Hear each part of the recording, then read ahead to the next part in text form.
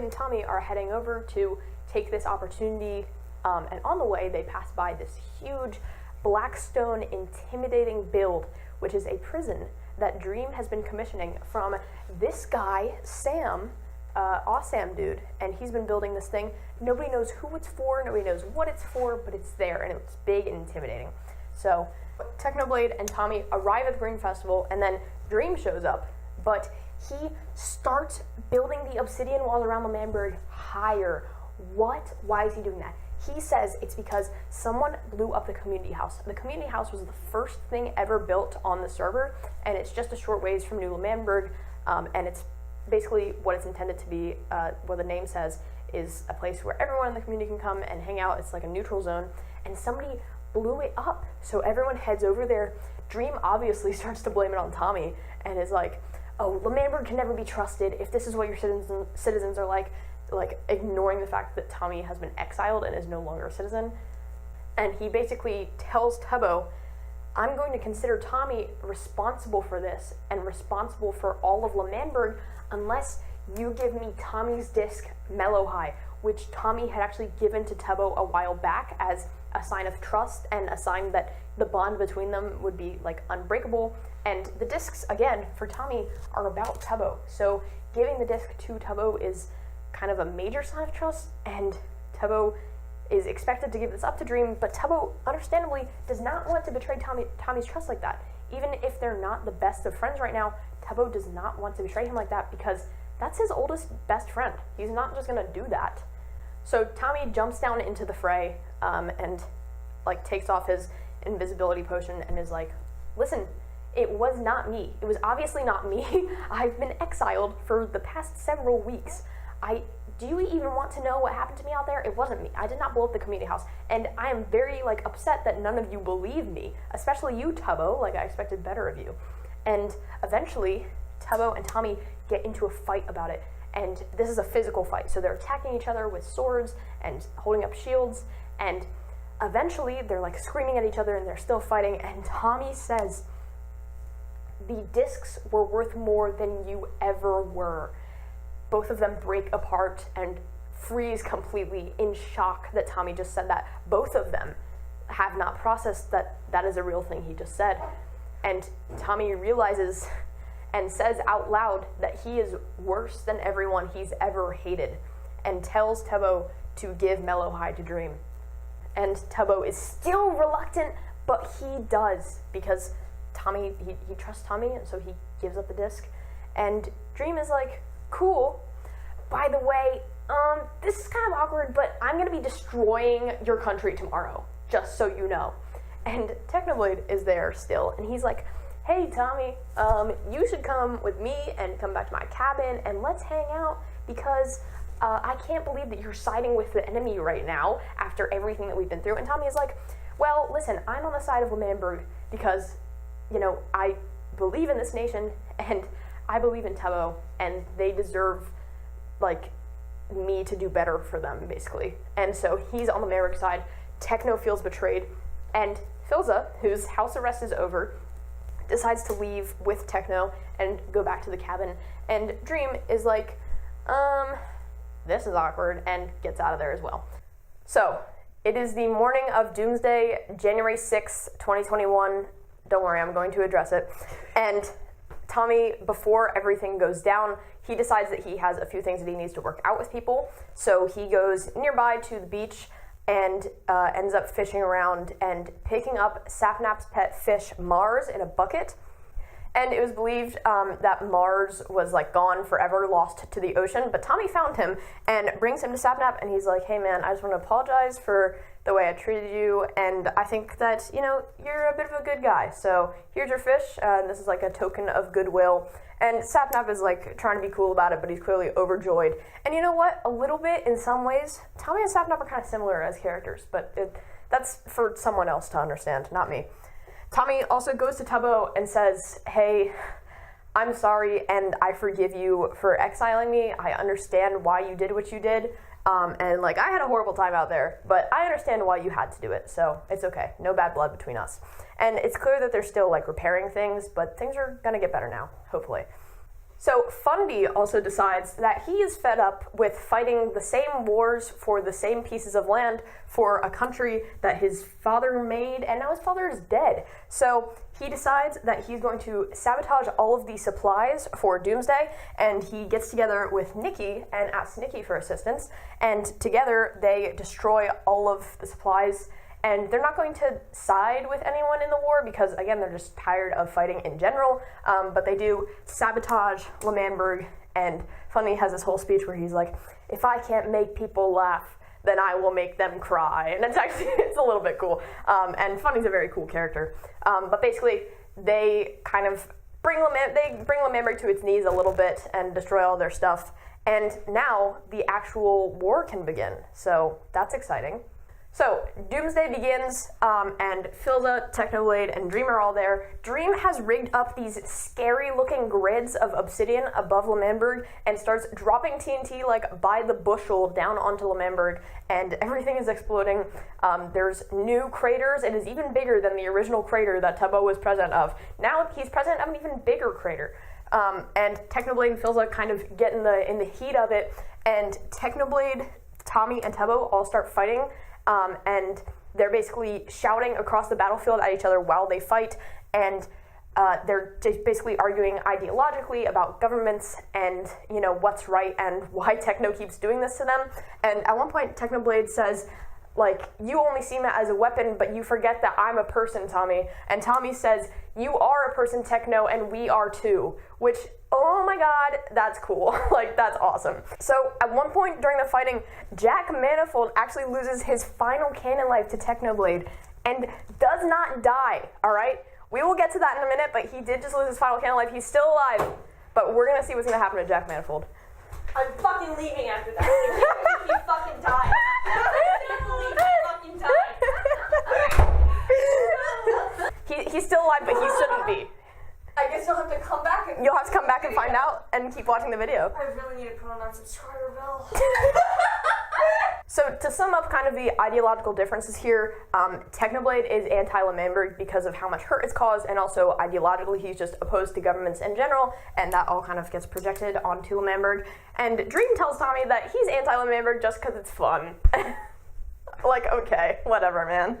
So briefly during Doomsday, Nikki actually comes over the hill. She shows up about halfway through the battle and catches a glimpse of Ghostbur for a moment, and up until now she has like not accepted that Wilbur is dead, because that was before like everything happened. He was her best friend, and she has basically been repressing it and refusing to accept that he's dead. And now she sees, oh my god, there's a ghost that looks exactly like him, and what is he doing here? So she basically has a full breakdown, loses her mind. She goes and I think blows up her bakery in L'Manberg, and then she goes to the L'Man tree, which is this tree that's been there since the beginning, the founding of L'Manberg. She goes to the L'Man tree and completes the 3-part whatever symphony or something, and she pulls out a flint and steel, burns down the L'Man tree, and says it was never meant to be. That's 3 times now. 3 was never meant to be, and Nikki gets to do the 3rd one. So that's crazy. She's awesome, and poor Ghostbur. He's a little upset. He actually ends up going to Filza and getting really upset and like confronting him for what he's done to L'Manberg during Doomsday. And he is kind of actually yelling at Filza. We haven't heard Ghostbur yell that much because he's a generally just very happy guy. And he says, like, Phil, you knew that my friend the sheep, was in your house, and you still blew up L'Manberg. You knew that friend was there, and now he's, like, one of his canon lives has been taken, and he's gone. So why'd you do all that? And Phil's just like, oh, like, Wilbur,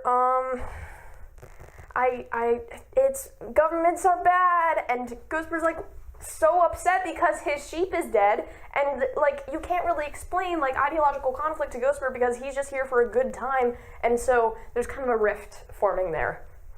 So near the end of Doomsday, Technoblade and Filza have kind of dispersed, and it's just Dream left still unloading TNT onto this already destroyed nation like he's doing way too much, but everyone, Tubbo, Tommy, Fundy, Quackity, and Ghostbur get up on top of the grids where the TNT is being dropped from, and together they all sing the L'Manberg anthem, featuring Quackity on guitar, and he's doing great.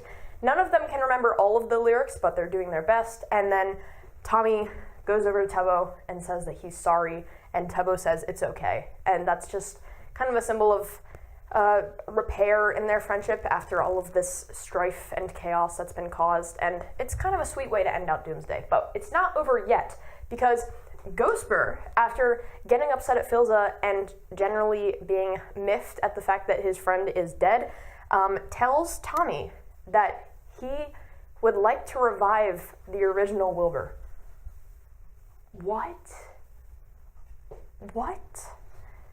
So we don't know much about that yet, but for now, Tommy, Tubbo, Quackity, Jack Manifold, who is still alive, by the way, and Ghostbur all gather together on the bench, which is this really important place near Tommy's house where he has those original memories formed with Tubbo, and that's where they've sat and listened to the discs. And so this bench is a recurring theme where they go there and sit there after like a major victory or even after a major loss and just kind of recuperate. And for a moment, Jack Manifold actually feels some sense of camaraderie and sympathy with all of these people, but it actually doesn't last that long, because karmic forces may have, delayed their action upon Jack Manifold, but not for long, because about an hour after, Doomsday ends, Jack Manifold is walking around the server, and then his Minecraft game glitches, and he starts falling through the world, and in canon, this is described as Jack Manifold getting sucked down to hell.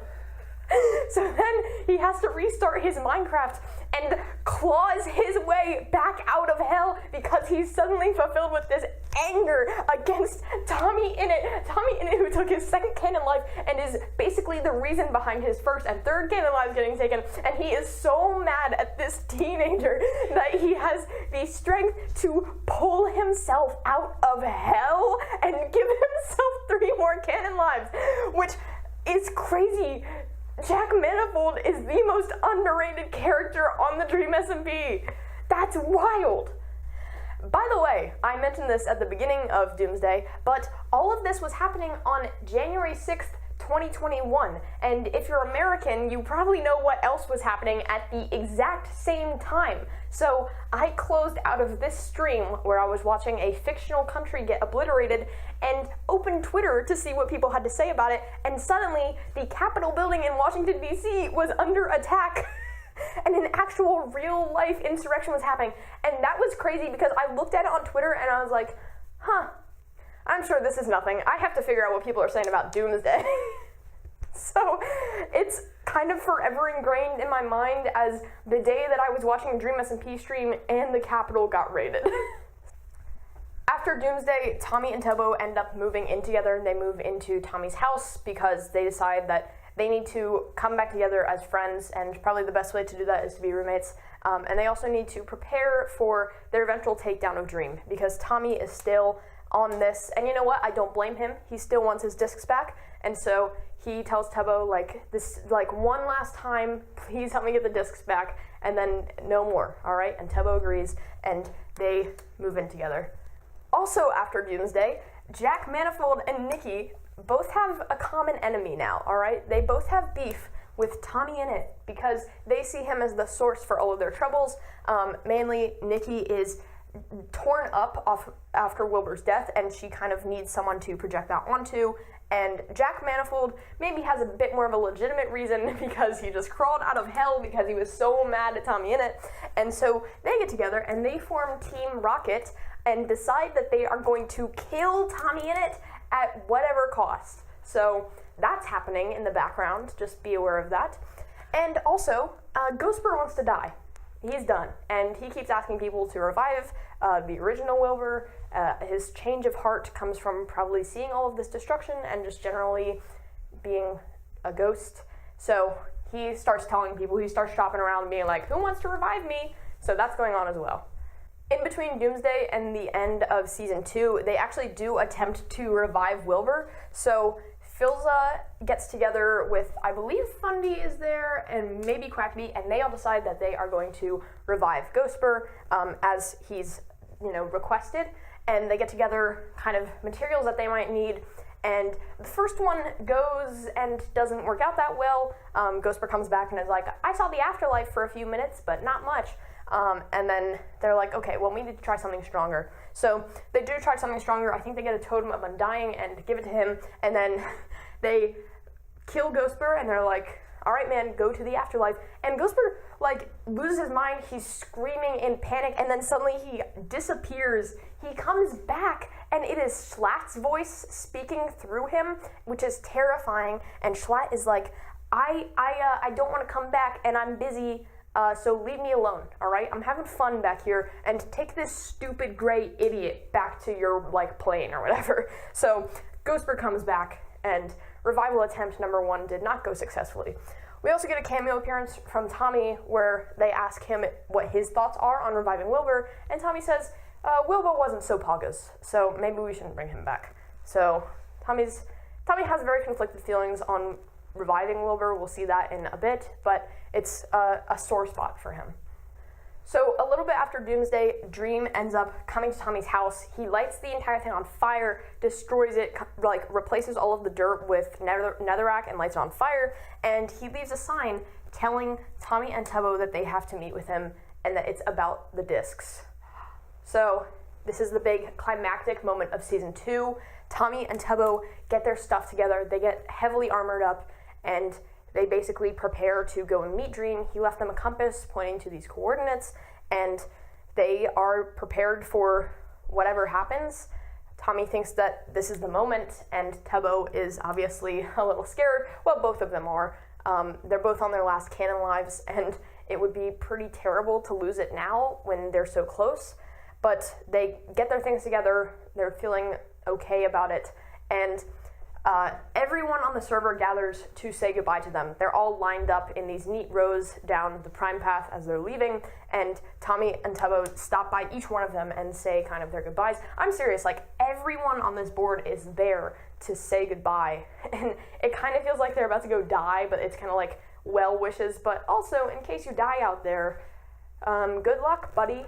So everyone says goodbye, and then Tommy and Tubbo get in a boat together and sail out to these coordinates where Dream told them to meet. So Tommy and Tubbo arrive to this large mountain. It's a savanna biome, but it's huge, and they climb up the mountain to go meet Dream, and he's standing there and looking like an asshole like he always does, and he's like, I have your discs, come and get them. So then the two of them go on an all-out war against Dream. They're fighting him, and Tommy and Tubbo are very important to me, and they fight kind of in tandem, which is awesome, and they're both, like, considering the other as they're fighting, which is so cool to me. And eventually, Tommy actually does get a hold of Mellow High, which Dream has in his inventory, but then they're overwhelmed when Dream has backed Tubbo into a corner. Tommy's about to put the disc in his ender chest, but then Dream is like, you have to choose, I'm going to kill Tubbo right now, or you give me the disc. And Tommy reluctantly chooses Tubbo and hands over the disc, and Dream is like, idiot, that was a fake disc. I got your ass so good. And you might be wondering, why does it matter if they have the same song on them? It's because of the sentimental value, okay? There's a lot of stuff with fake discs and like bait and switches, but at the end of the day, Tommy knows which ones are the correct ones, I'm pretty sure, and those are the important ones because they have the sentimental value. So Dream continues to threaten Tubbo and is like, hey, unless you get rid of all your armor and all of your stuff, right now I'm going to kill him, and you'll just have to watch. You'll have to watch me kill your best friend for the final time. And so finally all of them take off their armor, hand him their stuff, and he destroys all of it. So all hope seems lost, and then you think it can't get more lost, and then it does, because Dream takes them down a secret elevator in the mountain and reveals to them this massive, sprawling, like, underground cavern almost. It's like a stronghold, and it has this big nether portal and then 2 monuments, one to each of Tommy's discs with item frames that hold the actual discs.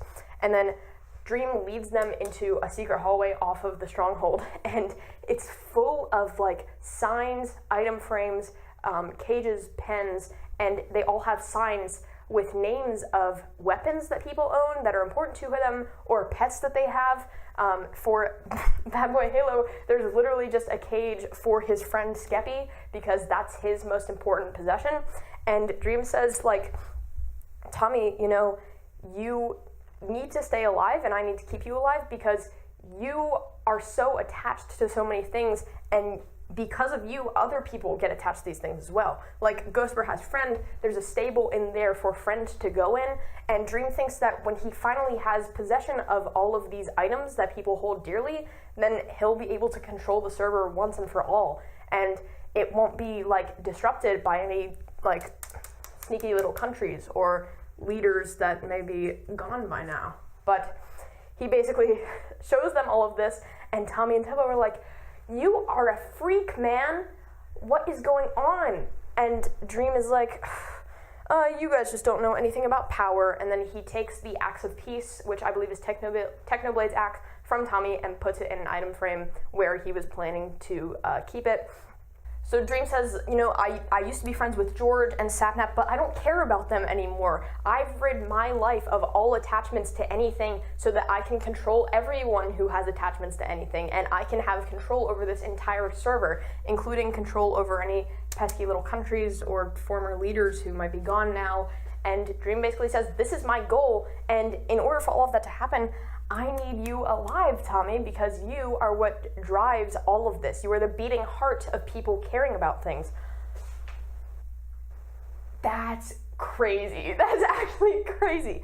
So then Dream is basically like, all right, so I'm gonna kill Tubbo, and there's nothing you can do about it. And Tommy, you are so annoying, but I need you alive, so I'm gonna throw you in that big, scary prison that I've been commissioning from Sam, and you're gonna go in there, and you're gonna stay alive in there, but you're gonna be in prison, and your best friend Tubbo is gonna be dead.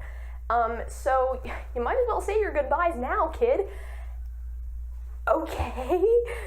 And there's nothing they can do about it, so Tommy goes over to Tubbo, and he's like, what are we going to do here? Like, there has to be a way that we can get out of this. And Tubbo's like, Tubbo has already accepted that this is his fate. He says that, like, there's nothing we can do, Tommy, and I'm okay with this happening to me because it's, like, for you, and so it's gonna be okay. And Tommy's losing his mind, and he's like, no, it's not this easy. We can still make it out of this. And Tubbo is just so good at immediately repressing things that he doesn't even care.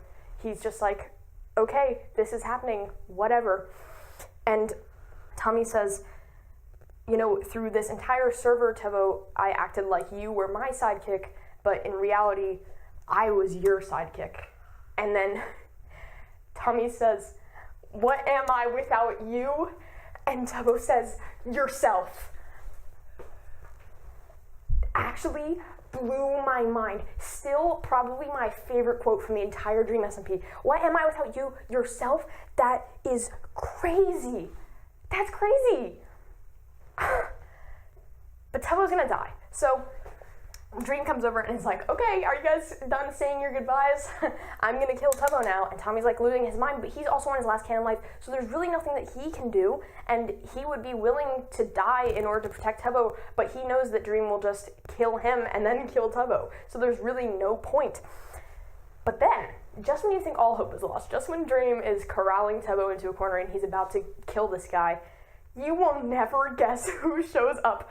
You will never guess. That's right. Maybe the most irrelevant character so far in the lore, just because I haven't talked about him a lot, but Puns comes out of the nether portal at the back of the base, and Dream is like, Puns, like, what are you doing here? Puns, by the way, is Dream's, like, lackey. He's kind of hired him, and he's been along for the ride this whole time. And Puns says, sorry, Dream, but you should have paid me more. And then everyone on the server comes out of the nether portal, and they all surround Dream, and Tommy pulls Tubbo away to the back of the crowd, and everyone is here in full netherite armor, and they are ready to kick this guy's ass. And Sapnap himself comes forward and is like, no, Dream, step away, all right? Step away. Oh my God. Do you understand? He doesn't have any attachments to anyone, so he can't have any friends here to defend him. Like, do you get it? And Tommy has all of these people who care about him because he has a heart and he's so attached to people. And so they all come to his defense. Oh my God. And then in the most cathartic moment of all time, Tommy goes over to the little hallway where Dream has all of those possessions. He grabs an axe and a pick, and he digs 2 blocks down in the floor of the stronghold, and tells Dream to put his stuff in the hole. Oh my God, dude. And so he does, and Tommy's like, this is exactly what I felt like. You have no idea. And he's like, this is so cathartic. He's finally getting to tell Dream, like, dude, fuck you, and I'm about to kill you. And Dream is like begging for his life. He's like, please don't kill me, please don't kill me. And Tommy kills him not once, but twice, takes 2 of his canon lives. And then on his 3rd life, Dream respawns back up at the top of the elevator, and he's not coming back down. And Tommy says, Dream, if you don't come back down this elevator, God help me, I will kill myself. Because he knows that Dream needs him alive, and so he tells Dream, come back down here, I'm about to kill myself right now. And so Dream, like, dejectedly comes down the elevator, and it's so fucking funny. And he's like, oh, Tommy, like, we were friends, don't do this to me. And Tommy's like, shut up, you were never my friend, okay? Dude, that's so awesome. That's so awesome. And then Tommy is going to kill him for the 3rd and hopefully final time, but then Dream stops him and says, I can bring people back to life. He can bring people back to life. And Tommy's like, what on earth are you talking about? And Dream says, when Schlatt died, he left me a book. God knows, by the way, why Schlatt had the revived book, but he left me a book that had the secret to reviving people if they died. So if they lose all 3 of their canon lives, we can bring them back. So that means Wilbur can come back. They've been trying to revive him, and now it's finally a possibility. And so Tommy is ready to kill Dream, but the minute that he says that they can bring Wilbur back, Tommy doesn't want to do it anymore because he wants Wilbur back. Even though he's been insisting this whole time that if they brought Wilbur back, it would be disastrous, Tommy still wants to see him back. That's crazy. So he keeps Dream alive, and Sam volunteers his prison and is like, hey man, I'm a neutral party. I just built the prison because Dream gave me money. You don't have to go in there. We can put Dream in there. So Dream goes in the damn prison, which, by the way, is so inescapable that millions of YouTube videos were made on, like, figuring out how you could conceivably break out of there. And it's like, there's so much to the security system. Like, it's actually honestly really impressive. Awesome Dude is awesome, clearly, but it was wild. So wild. So this is finally, after all of this stuff, a triumph for Tommy. And also for Tubbo, who did not die today, so good for him. And everyone kind of, he thanks everyone, and he's like, I both of us would be gone if it were not for all of you. And thank you, like, puns for being a real one. And then Tommy and Tubbo go sit on the bench, and then from beyond, they hear, guess who? They hear Wilbur Soot's voice, and he speaks to them from beyond the mortal plane and says, you know, Tommy, I could feel the thickness between my plane and yours starting to separate, and I could feel that, like, the afterlife was ready to accept a new person into it, and I could feel that it was you, but here you are, alive. And he says, you never really seem to die, do you? And Tommy's like, Wilbur, is that actually you? And Wilbur's like, yeah, it's me. It's boring down here. What's up? And then he says, Tommy, I'm proud. And Tommy, like, as a character, Wilbur's, like, approval is really what the vice president position was all about. That's why Tommy wanted to be vice president, was because it would be a sign of Wilbur's approval. And so for Wilbur to say that he's proud of him is, like, wild. And so then he's like, hey, Wilbur, what would you think about if we brought you back to life? And Wilbur's like, oh, fuck no. I don't want to come back. Are you kidding? Don't leave me out of this. And Tommy's like, okay. Anyways, talk to you later. And then Tommy and Tubbo end out season 2 sitting on the bench, staring out the sunrise, while Tommy finally listens to his discs that he has reclaimed from Dream and it ends on a hopeful note. What could go wrong? What could go wrong? For this interlude, I want to talk a little bit about character designs and symbolism in the Dream SMP, and you might be wondering how I can extrapolate any of that from a Minecraft roleplay. Well, this is a little bit of fanon as well, related to the last interlude, because so many of the character designs are just things that fan artists thought were cool, and then everyone else thought was cool, and are now basically so ubiquitous as to become canon. My first and most primary example of this is Tommy's green bandana that he's often drawn wearing. People started drawing this as like a thing that Tubbo gave him because Tubbo has a green shirt, and the lore behind it is often that Tubbo ripped off a piece of his shirt to give to Tommy, and sometimes Tubbo is also drawn with a red bandana to have kind of that symbiosis, and Tommy was never given this in canon. It's not on his Minecraft skin at all, but so many people do it that it has become part of the canon design. I really like it as well because it's another piece of his connection to Tubbo, and it just kind of symbolizes that he's always going to have Tubbo there. I don't know, it's nice. It's like the discs, but a little less character story driving-y, if that makes any sense. My wonderful friend Spencer volunteered to provide me with some drawings of how artists commonly depict these characters, with all of the kind of fanon character design interpretation things included. So this is how people usually draw Tommy in the L'Manberg era, with that green bandana, and I also want to take a moment to talk about the devil horns. So a lot of people started drawing Tommy with devil horns, I think after I kind of stopped watching Dream SMP. It was never really a thing when I was in the fandom, but people started drawing it because Tommy is, he's rambunctious, he's a little devil, this is what he gets up to. Sometimes people also draw him with a devil tail and insinuate that he is half demon or something like that, and that can be fun to me as well. My personal favorite interpretation of it is that his best friend Aaron, who showed up on the server later, is implied to be a childhood best friend of Tommy's, and Aaron is canonically half demon, I think, and so my favorite interpretation is that Tommy has a little devil horns headband because he wanted to match with his best friend, which is very cute to me. So that's my personal favorite interpretation. Other people have other things, but to me the devil horns are kind of a nice reminder of Tommy's character and just generally the way he behaves. I think it's a really nice addition to his character design, and it's taken a while for it to grow on me, but I really appreciate it now. It's so see Tommy. I can't get over it.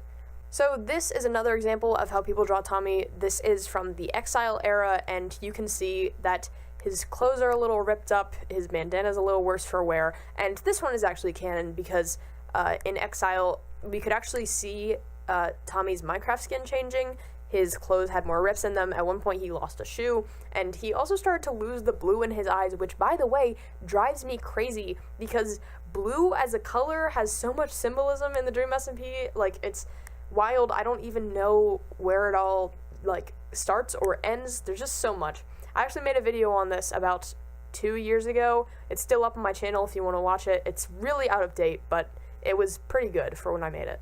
The coat that Tommy's wearing, though, is not canon at all. It's very much fanon, and that's because C. Wilbur had this trench coat that he wore during Pogtopia, and a common piece of fanon about the Exile arc is that Tommy took that coat and wore it during Exile because that was what Wilbur wore when they were in Exile together, and so it is kind of sweet to me.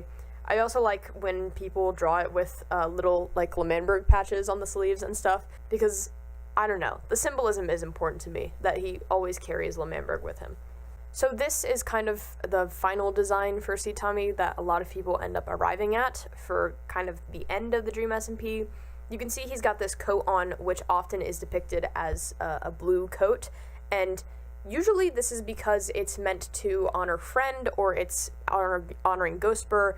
Usually it's made out of Friend's wool or something after Friend went to Limbo, and I am indifferent on the blue cardigan. I like it. There has to be something to be said about Tommy's red shirt and then wearing a blue cardigan over it as he kind of gets older and not matures, but definitely changes. So now, I want to talk about my second favorite subject, second to C. Tommy. I want to talk about C. Wilbur. So This is kind of how people commonly draw him during Pogtopia. You can see he's got this trench coat on, which is canon, and it's in his, like, character design in his Minecraft skin, and this is kind of the closest that you get to a character design being that close to a Minecraft skin. Wilbur is a really theatrical guy, and so he changed C. Wilbur's Minecraft skin probably like 5 different times. And so a lot of his designs are a lot closer to typically what you'll see people draw. One exception is that people love to give C. Wilbur beanies because Wilbur, the actual guy, loves to wear beanies. C. Wilbur also shouldn't have glasses. They're not on his Minecraft skin anyways, but Wilbur, the real guy, does. So sometimes people give C. Wilbur glasses, and that's pretty interesting, especially when people play around with, like, broken glass and the meaning of that.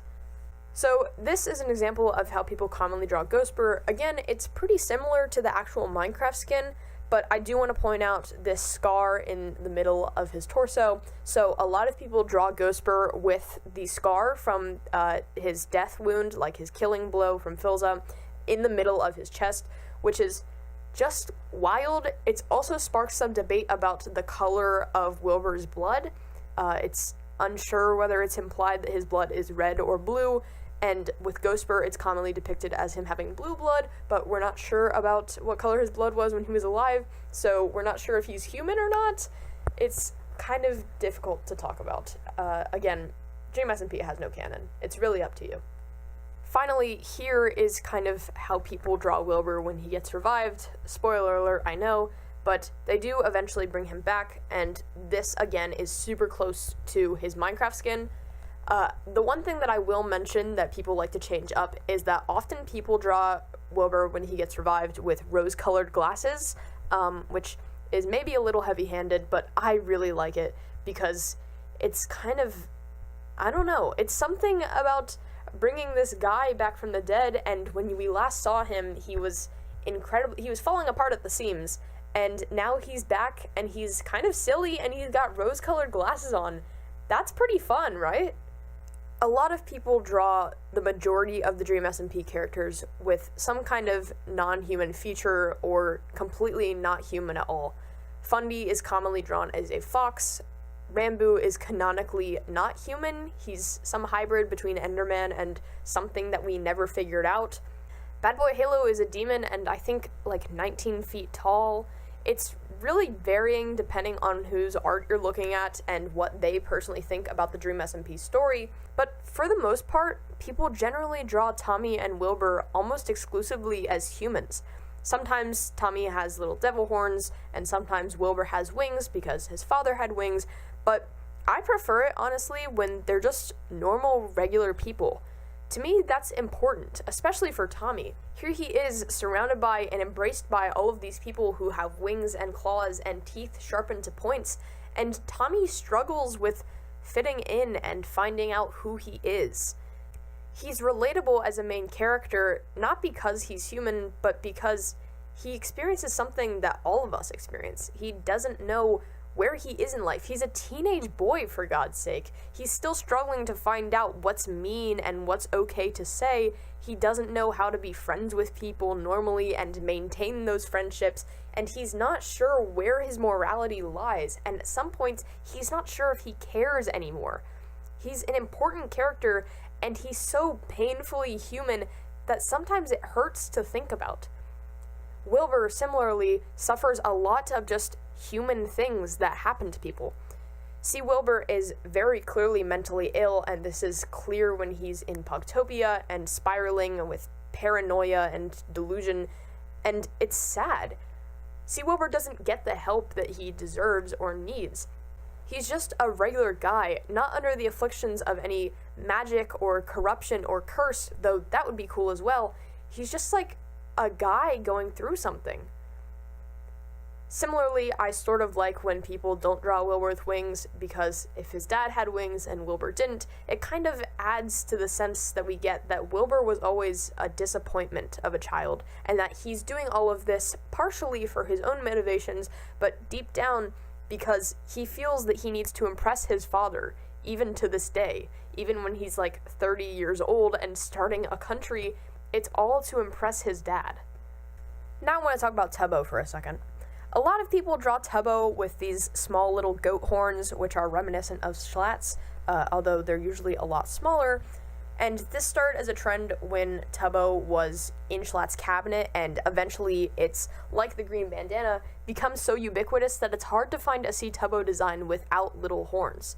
Tubbo himself has said that he doesn't see this as canon, but it's so common that it might as well be. For a while there was a coalition of people who sort of headcanon Schlatt as C Tubbo's canonical father, or like estranged father, or something like that, and that also ended up not being canon, but it was fun for a little bit. My personal favorite interpretation of the horns is this post that like one person made, and it's been ingrained in my mind forever, about how Tubbo is a shapeshifter who kind of subconsciously changes to look like people around him, and he looks so human because he spent all of this time with Tommy, but then he started to grow horns when he was around Schlatt, etc., etc. So I'm a big fan of that interpretation. And in general, I just like Tubbo designs as well that sort of evoke this Schlatt imagery, because in the storyline, there's a lot of stuff about Tubbo becoming the next Schlatt and Tommy becoming the next Wilbur. And visually, it's cool to invoke this when Tubbo looks like Schlatt and could possibly be becoming him. As for Tommy, this gets a lot more kind of verbal when he calls L'Manberg his unfinished symphony, and he has a similar thing with Wilbur where he looks at things in place of the people that they represent, and Wilbur does exactly that as well. But I really like when this is evoked through designs, when people make Tommy similar to Wilbur or give them similar sort of silhouettes, and in general, it's just a cool parallel to draw. People's designs for Dream also get pretty interesting. Dream's design is probably the most nebulous of all of the Dream SMP characters. Some people draw him as a regular guy who's just like a jackass wearing a mask, and other people draw him as this otherworldly figure here to do everything wrong. He's also semi-canonically Puffy's son, and so sometimes people draw him with little horns because Puffy is a sheep, and so that can be fun as well, but really it varies from artist to artist. I don't personally have any huge opinion on this. I sort of like when he's just a normal guy because it makes everything that he's doing even worse, because it's like, oh my god, how could someone behave like this? Like a normal person cut off all of their attachments like this? It's wild, but I don't know. Okay, back to Tommy. So, Tommy is canonically good at sewing because after Exile he had all of his clothes super messed up and he had to get good at sewing, and that is not important at all, but it drives me crazy and I love that kid. C Tommy is awesome, alright? C Tommy's my favorite ever. Tommy also mentioned several times that his favorite block is cobblestone, which might be just like a funny joke, but it actually drives me crazy. The symbolism is crazy because cobblestone is a safe, solid, easily accessible block. He can have tons and stacks of it whenever he wants. All he has to do is go underground, and he can make it out of lava and water so quickly. When he's hiding out at Technoblade's cabin, he gives himself away by building a giant cobblestone tower outside of his base just to feel more at home. Cobblestone is also the only block in the Nether that can't be destroyed by gassed fireballs, giving it another sort of layer to the safety that he feels when he has it. Finally, for a brief little mention, I want to talk about flower symbolism and Tommy. So often, Tommy is associated with sunflowers in a lot of designs, and sometimes even in canon, and sunflowers are obviously these cheery, sunny flowers that always point towards the sun and are chasing what's best. Tommy being constantly associated with these is pretty dear to my heart and important to me. But Tommy is also, near the end of the story, sometimes associated with the Lily of the Valley. There's even a shot of him standing in a doorway framed by this item frame with a Lily of the Valley in it, which is a crazy, crazy shot from a Minecraft roleplay. Lily of the Valleys are sometimes associated with apologizing to someone who you hurt and trying to mend a relationship, which will be important later on, but I just wanted to mention it now. Alright, that's the end of Interlude 2. Time for Season 3. Alright, beginning of Season 3. We have a new character. This is Foolish. He's here now. Where can I put him? We'll put him right here. So Foolish is here, and he is half shark, half totem of undying, and he's like a god, which is freaking cool, but he still has 3 canon lives, so that doesn't really change. He's here, and he is going to be a little important later on, but just know that he's here for now. So Tommy goes to visit Dream in the prison, and just basically says, "What's up, loser? You're the prison, and I'm not. I totally got your ass." And then Dream's like, "Nuh-uh," and Tommy's like, "Yaha, I totally kicked your ass and I put you in here." And Dream's like, "Tommy, can you write some novels for me?" And Tommy's like, "Fuck off." So Tommy now has a new project, and he decides that he's going to build a hotel. And the symbolism there is crazy, because he wants people to have a home to stay at after they've been displaced by all of the war that goes on all of the time, and he wants a place that people can stay because people keep leaving him. Do you understand? Ugh, Tommy in it, man. So anyways, he starts building this hotel, and he also asks Sam to please build the hotel for him, because Tommy is really good at collecting materials, but he's not so good at building. So he asks Sam, who made the prison, to please construct the hotel for him, and Sam builds a robot. This is canon. He builds a robot called Sam Nook, which is like Tom Nook from Animal Crossing. He speaks in Animalish, the meow from Animal Crossing, and basically builds this robot so that Tommy can go and talk to it, and it's actually really sweet. And he is basically like, "Okay, yep, I'll build this hotel for you," and Tommy is overjoyed. You know, things are finally going right for him for once. Now, because Tommy is building this hotel, he is becoming aware of some environmental challenges that he has not been aware of while he's been, you know, exiled and fighting wars and stuff. So around the lands of Dream SMP, there are all of these red vines that have been appearing, and they've actually been around for quite some time. They come from this like red egg. It's just called the egg, and it appeared somewhere, and there's been like a lot of background lore going on that I haven't really talked about. I mean, it's not background, it is its own lore in its own right, but I didn't watch it. But basically, this guy, Babo Halo, and this guy, Skeppy, found the egg. Skeppy got infected, and then Bad also got infected because Skeppy was infected, and he was like, "Well, I can get infected as well." And then this guy, Ant Frost, also got infected. And so these, basically, Bad and Ant are the main ones that are trying to, like, spread the egg, and it's kind of become, like, a cult thing. It's actually super cool, and it's just kind of like, okay, this is, like, a dangerous sort of religious movement, and these eggs, all of these vines are super annoying, so Tommy decides that he's going to take it upon himself and go visit the egg. So Tommy and Tubbo both go see the egg, and Tommy is kind of immune to whatever the fuck is going on with the egg. Like, nothing happens to him, but when Tubbo sees it, he starts crying and, like, can't stop, so Tommy has to take him away, and he's like, "Well, that was weird. Anyways, I have a hotel to build." Meanwhile, Tubbo has been working on reconstructing his own life. He started a new, not country, but a commune called Snowchester out in Tundra biome, and Snowchester is basically like a socialist kind of affair. It's really just Tubbo, but Rambo will move there eventually, and Jack Manifold is also there. And together, Jack Manifold and Tubbo are working on a nuclear weapons project, because Tubbo has this thing about feeling safe, and because he needs to feel safe, he needs to build nuclear weapons to ensure that nobody will ever attack him. Because if he can assure complete and total destruction of their entire life, then he'll finally be safe. So Tubbo is a crazy character. Meanwhile, Jack Manifold sees his opportunity and is like, "We are going to use these nuclear weapons. Hey, Nikki, we're going to use these nuclear weapons and we're going to blow up Tommy in it." So the plan is, Nikki will guide Tommy through the forest to the test site, and then she will, like, push him out into the test site and run away while Jack Manifold launches the nuke, and Tommy will die.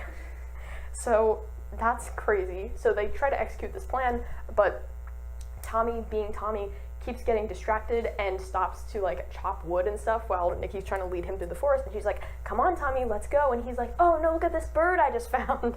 So they don't get to the test site in time, and then they come upon it, and it's a huge, like, massive crater, much bigger than the Manberg crater, so these nuke things are actually super powerful. Keep those in mind, because they're just going to be there in the background. And Tommy is, like, a little suspicious, because he's like, "Oh, Nikki, why were you taking me to this, like, nuclear test site?" but he doesn't have any like major suspicions of her yet, and Jack and Nikki are like, shit, well, that didn't go very well. We need to find a new way to kill the 16-year-old. So Jack decides that he is going to get closer to Tommy through his business, the Big Inn Hotel, and so he kind of worms his way in and is like, Tommy, let me be your employee, like, I'll help you out, man, you don't even have to pay me, whatever. And so Tommy's like, okay, Jack Manifold, and Jack Manifold becomes his employee. Meanwhile, Sam Nook tells Tommy that he has to go and destroy the egg, and that's a pretty big ordeal, but Tommy goes over, listens to Sam Nook, and he goes over and he actually hears the egg like speaking. It's like whispering, and he's hearing like these whispers, and Tommy decides that he kind of doesn't want to start another war because there are a lot of people who really love the egg, and Tommy is kind of tired of being in wars, so he just kind of leaves and is like, that's somebody else's problem, alright, I have a hotel to build. So Tommy's hotel is ready for the grand opening, and he decides that he's finally having something go right for him, and he needs some closure before he can move on to this new chapter of his life. So Tommy decides that he's going to go visit Dream in the prison before his grand opening and kind of try to get that closure and basically tell Dream that he never wants to see him again and that he sucks and just, don't ever show your face around these parts ever again, basically. So Tommy heads to the prison and goes to Dream's super mega ultra secure cell, and while he's over there across this lake of lava and several lines of defenses, there are explosions on the outside of the prison, which are suspected to be a prison break of some sorts. So Sam gets on the horn and says, hey Tommy, you're gonna have to stay in the cell with Dream because there's something going on. There is a prison break attempt happening or something, so you're just gonna have to stay in there for a little bit. And then a week passes of real life time while Tommy is still stuck in the prison.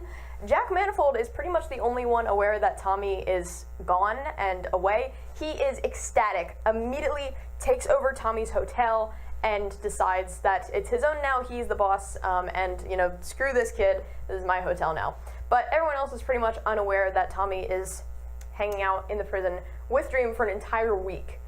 So after a week, Tommy goes live again, still stuck in the prison with Dream, and after some fighting and arguing, Tommy is still being resistant to Dream's attempts to be friendly with him again, and basically understands what's going on and doesn't want Dream to get back under his skin. And Dream eventually brings up the fact that he knows how to revive people. He has the knowledge in his head, and he can bring Wilbur back if Tommy so chooses. And Tommy basically says, after a week of being stuck in there with him, that, hey, I think you're lying, and you suck, and I would like to never see your face again. Please, can I leave?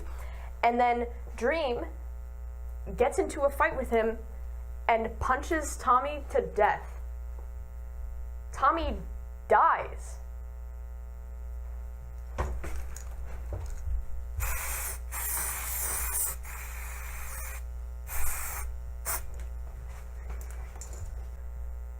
Tommy's third and final canon life being taken away was devastating to a lot of people, including me.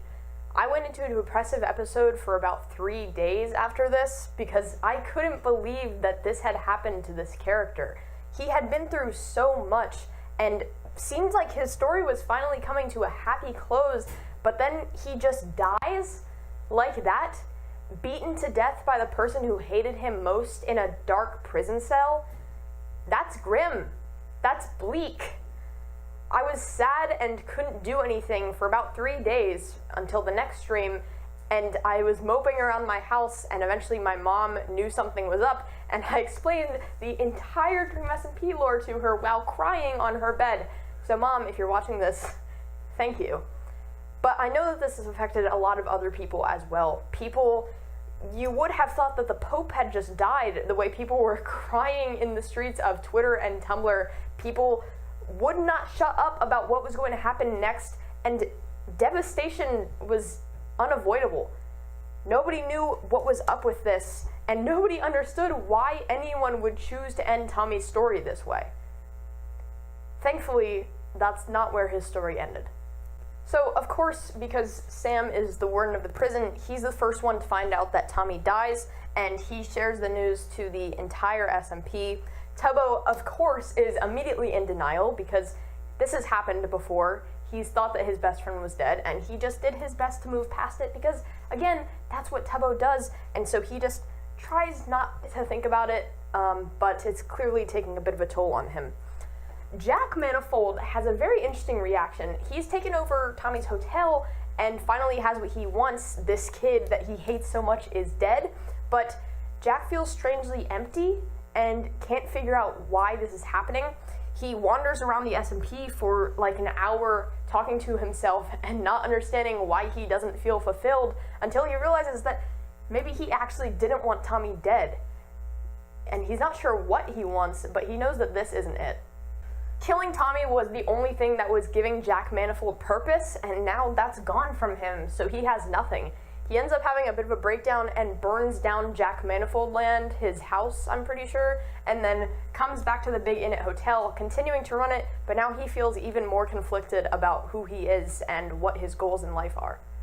Quackity is very stunned by the news. He can't believe that Tommy would be able to die because he's survived so much already. Ranboo feels very guilty and feels like nobody really seems to care, and as it goes, when someone close to you dies, can't understand why the world keeps spinning without him. Ranboo initially isn't sure how much Tommy cared for him at all, but this changes when he goes to Tommy's house and finds the flower that he first gave to Tommy when they met in a chest, kept there all of this time away from everything else and treasured because it was a gift from one of his friends. By the way, Bad Boy Halo and Aunt Frost are celebrating because now there's one less enemy to the egg, and they are very corrupted and influenced by this point. So that's a little messed up what they've got going on there. Aerith also is shocked because it seems impossible that Tommy could just die, and Aerith has always respected him in some way, even after everything that happened with L'Manberg. And so generally, the feeling on the SMP is one of disbelief and overall a quiet sense of grief that nobody can really seem to put into words. By the way, before we get back to Tommy, around this time, this event called the Red Banquet happens, where Bad Boy Halo and Aunt Frost get together a ton of people, including Puffy, who I haven't mentioned yet, but she is here, and they all get together and have a dinner together nearby the egg. They're trying to recruit even more people to their cult, and it seems to be going badly, and then Bad Boy Halo is going to kill everybody, and then Quackity shows up with Foolish, who now has plot relevance, and we get a little bit of Foolish lore where he reveals that he might be a totem of undying, but he actually used to be a war god, and then he summons lightning and strikes down Bad Boy Halo, which is actually awesome. But then Bad Boy Halo takes out a sword and kills Foolish.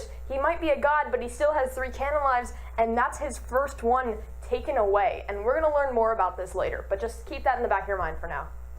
So finally, we're back to Tommy.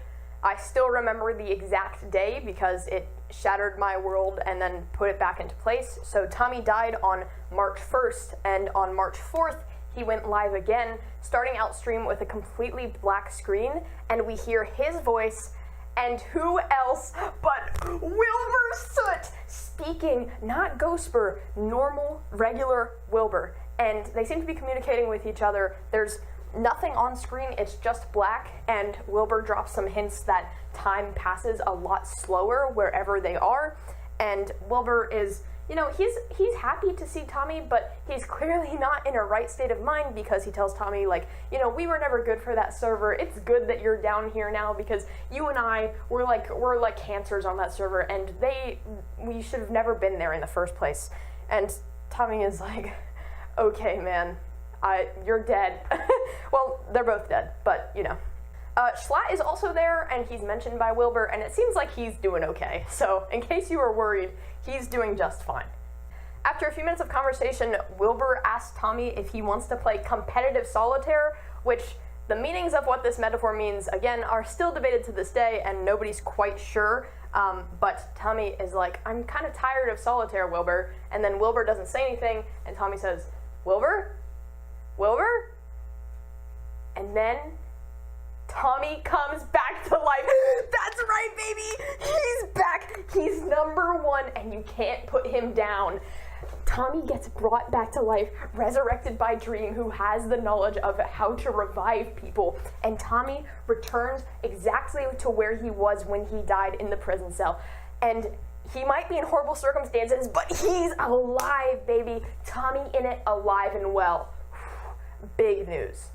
Tommy is freaking out. He says that it's been 2 months since he's been back here, but Dream says that only about 2 days have passed. Tommy is very disoriented, he's confused on what has happened to him, and he is freaking out, obviously, as he would be. He says that being dead was torturous, there was nothing around, it was just a black void, and Dream is like, that's very interesting. And then Dream is like, okay, do you mind if I kill you and then bring you back and kill you and bring you back and kill you and bring you back forever and ever and ever so that I can learn more about death and become a god? And Tommy's like, I would mind, actually. And Dream's like, that sucks, I'm gonna do it anyways. Tommy wants to try and kill Dream because he feels a duty to, so Dream doesn't do this to him or to anyone else. But he's pretty sure that if he killed Dream, Sam might not let him out of the prison, so he kind of can't, and he's stuck in this situation for the moment. Dream tells Tommy that he actually does really want to resurrect Wilbur, and Tommy immediately begs him not to after just spending 2 months with the guy. Apparently he's learned some pretty devastating stuff and says that Wilbur coming back would be worse for the server, for everyone on it, if that happened. And he basically tells Dream, like, do anything but do not bring back Wilbur. So Dream is obviously gloating, drunk on power, and might be about to kill Tommy again, but then Sam shows up and is like, oh my god, Tommy, you're alive? Oh, let me get you out of there real quick, buddy. So Sam lets Tommy out of the prison, can't believe that he's alive.